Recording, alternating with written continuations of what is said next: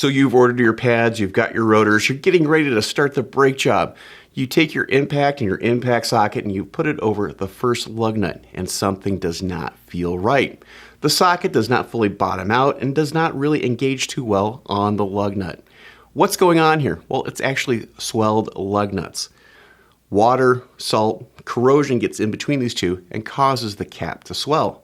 So when you go to put on a socket, it doesn't feel right and won't fit over the lug nut because it's swelled. The dimensions are off. More inexperienced technicians, well, they'll go 1 millimeter up with the socket and hopefully it'll be able to grab it. But this can create more problems than it actually solves. Chances are that 20 millimeter socket on a 19 millimeter lug nut, well, it's going to spin, but it's not really going to grab it too well, and you may wind up rounding out the flats on the lug nut. If you keep on hammering with your impact, you're going to cause even more problems. You could get to the point where the cap just spins over the hardened steel lug nut, incurring even more damage on the flats on the lug nut. The other solution that more inexperienced technicians use is they pound the socket over the lug nut to remove it. Well, it works and you can remove the lug nut, but chances are you've lost your socket, and now that brake job is getting very expensive. More experienced technicians, well, the second they put their socket over one of those lug nuts, they know that they're in for a problem. But chances are they've prepared for this problem ahead of time by getting the right sockets.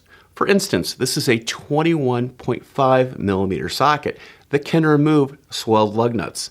They make these in sets for 19, 17, and up to 24 millimeters. These can save a lot of issues when you're trying to remove one of these lug nuts.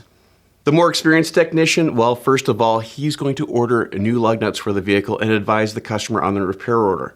Also, the next thing he's going to do, he's going to look at the lug wrench in the trunk to make sure that that lug wrench fits those brand new lug nuts. If it doesn't, well, you may have to use an aftermarket lug wrench and stow it in the trunk. This lug nut design has been around for almost 20 years, and it's caused a lot of problems for technicians and a lot of delays doing brake jobs on vehicles. The important thing to remember is the second that you pull out your impact and put the socket over the first lug nut and it doesn't feel right, well, take your time.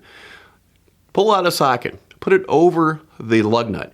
Use a breaker bar so you can feel how that torque is engaged and if the socket is working properly on that lug nut. I'm Andrew Markel. Thank you very much.